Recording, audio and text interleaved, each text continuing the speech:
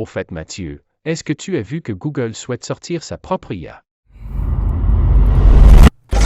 Ok ladies, j'espère que vous passez une excellente semaine, de mon côté ça va très bien et aujourd'hui on va se retrouver pour un nouveau projet un peu particulier. Le but va être de créer un wireframe ainsi qu'une maquette. On va partir d'un wireframe et on va essayer d'utiliser les IA, l'intelligence artificielle pour nous aider à créer le contenu et également à créer pourquoi pas le visuel. C'est le sujet d'aujourd'hui. Et on va essayer de voir si dans le domaine du web design, les IA peuvent nous aider. En tout cas, prends-toi un café, un thé, la vidéo va durer une dizaine de minutes. N'oublie pas de t'abonner à la chaîne YouTube, ça fait toujours plaisir. On demandera également à Francis son avis, mais avant tout, on se retrouve juste après le générique. A tout de suite.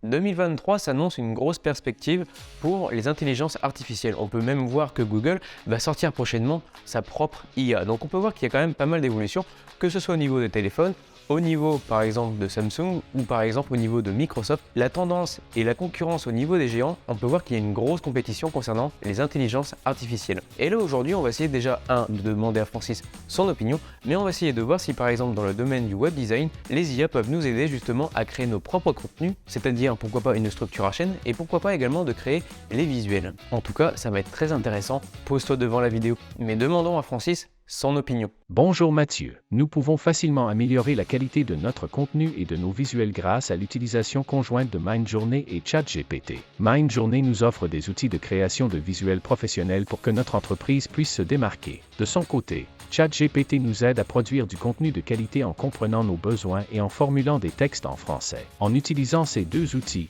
nous pouvons créer une présentation cohérente et impactante pour le projet. Merci Francis. En tout cas, dans le domaine de la communication, moi de mon côté, j'ai été auto-entrepreneur, j'ai été également salarié, j'ai eu pas mal d'expérience dans le métier et aujourd'hui, en fait, je me positionne en tant que créateur et entrepreneur dans une agence de communication spécialisée dans le domaine du web. Et aujourd'hui, on va voir si par exemple les IA peuvent nous aider.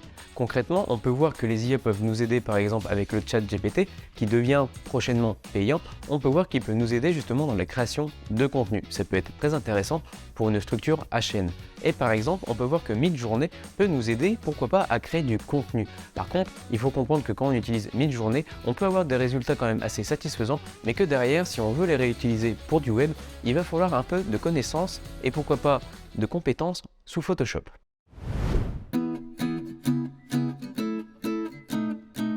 Alors ça va être très compliqué, mais je pense avoir trouvé dans tous les cas un crapaud. Là si on regarde ma barre de recherche, j'ai pas arrêté de monter.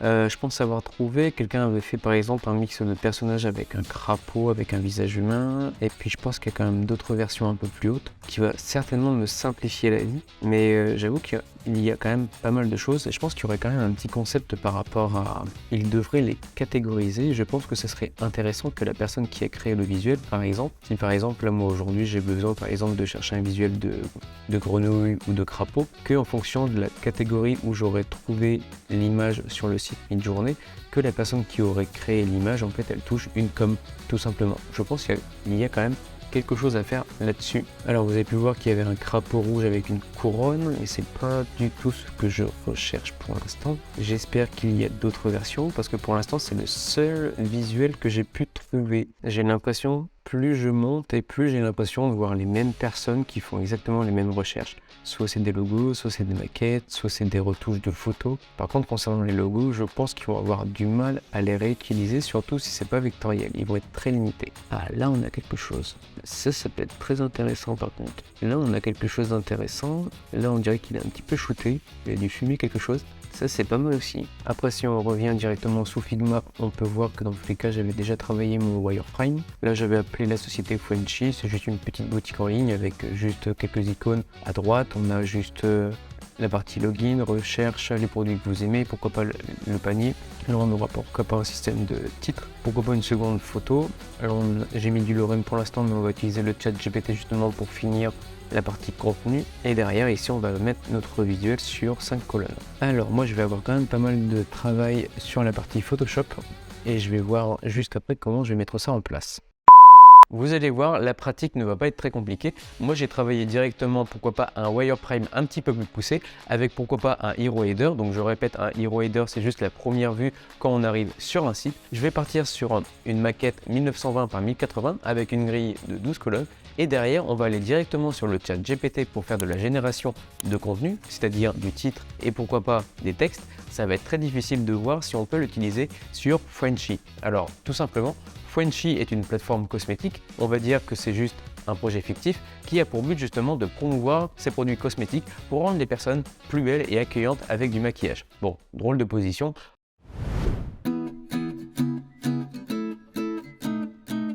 Alors, pour la deuxième étape, ça va être assez simple. Donc, comme vous avez pu le voir, j'ai récupéré le fichier sur Midjourney, j'ai retravaillé sous Photoshop et j'ai séparé justement le crapaud, voire la grenouille, directement de son image. Et là, on va aller directement sur DALL-E pour voir ce qu'il peut nous faire pour rajouter de l'extension à la photo. Ça nous servira certainement en arrière-plan de notre site. Alors pour ceux qui ne le savent pas, DALL-E c'est aussi une IA créée par OpenAI. Alors là tout simplement je lui ai demandé justement de me changer l'arrière-plan. Et je pensais pas du tout qu'il allait juste faire ça. Je pense que je vais plutôt lui demander de prolonger l'arrière-plan, ce qui pourrait être un petit peu plus simple en termes de rendu. Parce que là pour l'instant ça ne me convient pas. Donc on va juste recommencer. Alors là, je lui demande tout simplement de me prolonger l'arrière-plan et on va voir ce qu'il me propose. Alors c'est pas du tout le résultat que je souhaitais, un petit peu choquant. Limite, on irait beaucoup plus vite sous Photoshop. Peux-tu étendre l'arrière-plan marron? On va voir. Mais je vois pas pourquoi en fait il me met du texte sur les visuels, c'est pas du tout ce que j'ai demandé. Et là, l'arrière-plan il est un tout petit peu dégueu quand même. Limite, on irait beaucoup plus vite sous Photoshop. Et je pense qu'on va faire l'arrière-plan sous Photoshop, on ira un petit peu plus vite. Donc là, j'ai pas forcément été très convaincu par DALL-E, parce que au niveau de ce que je cherchais en variation, ça n'a pas forcément apporté plus de choses, parce que par contre, j'ai pu voir que sur certains montages, il y avait des youtubeurs qui montraient justement des extensions avec DALL-E, comme quoi sur certaines séquences ou certaines roches, ils pouvaient justement changer et agrémenter le visuel en remplaçant par exemple un des objets, pourquoi pas l'un des personnages. Je parle bien sur des séquences vidéo. Donc là par exemple, je lui ai demandé de me faire une structure HN, donc juste un H1 pour le site vitrine, qui s'appelle Frenchy et qui vend des produits cosmétiques. Donc il m'a sorti Frenchy, la marque française de cosmétiques haut de gamme. Pourquoi pas. Et après je lui ai demandé tout simplement de me rédiger un contenu en adéquation avec le titre. Et là il m'a sorti ce petit texte qui peut largement suffire si par exemple vous avez une première proposition à envoyer à votre client. Est-ce que de votre côté vous avez déjà utilisé Midjourney ou le chat GPT, pourquoi pas pour la rédaction d'articles ou pourquoi pas faire la création d'une affiche? Ça pourrait être très intéressant si vous mettiez justement votre opinion et si vous laissez un commentaire en bas de la vidéo et surtout partagez vos idées. Alors ça serait juste par exemple la mise en place des contenus. Donc j'ai juste remis le visuel que j'ai repris directement sur Midjourney, que j'ai détouré sous Photoshop rapidement avec la sélection dynamique, et derrière j'étais directement sur le chat GPT pour remettre tout simplement une structure HN et également du contenu. Par contre derrière, même si par exemple vous passez par Midjourney ou si par exemple vous passez directement sur le chat GPT, il y aura forcément une reprise du contenu par un professionnel justement pour apporter de la plus-value.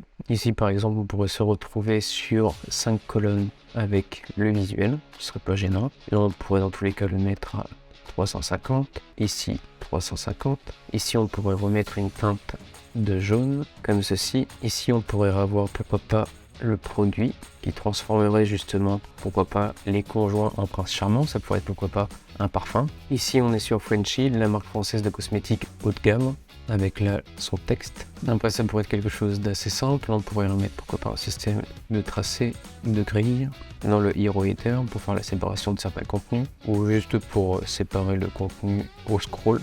Je pense que je vais m'arrêter là pour l'instant, mais voilà l'idée générique, c'est-à-dire que si par exemple vous vous retrouvez avec un wireframe, vous pouvez aller directement sur le chat GPT pour faire la génération de votre contenu, c'est-à-dire au niveau des titres et au niveau, pourquoi pas, de vos textes.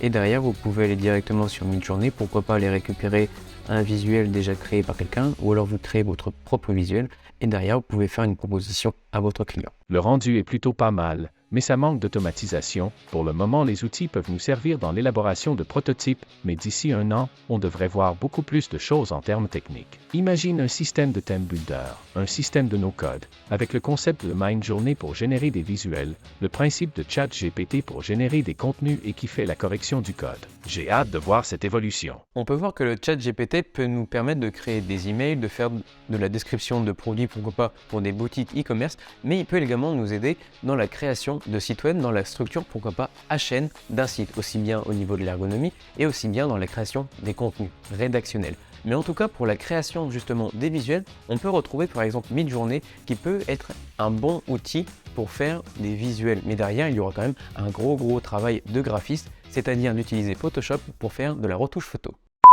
Donc voilà ladies, j'espère que vous avez apprécié la vidéo. N'hésitez pas à vous abonner à la chaîne YouTube, ça fait toujours plaisir. Je reviendrai vers vous avec de nouveaux sujets, aussi bien sur l'entrepreneuriat, pourquoi pas le domaine du graphisme au niveau des tendances visuelles, pourquoi pas sur la création de sites web, ça peut toujours être intéressant, et pourquoi pas également sur la création d'entreprises. C'est toujours intéressant de voir des innovations comme par exemple l'IA qui est une grosse tendance en 2023 et voir comment ça peut nous aider, nous en tant que graphistes, dans la création de notre propre société. Donc voilà, tu connais le mot de la fin. Tout ce que tu entreprends dans ta vie privée ou professionnelle, fais-le avec le sourire et amuse-toi.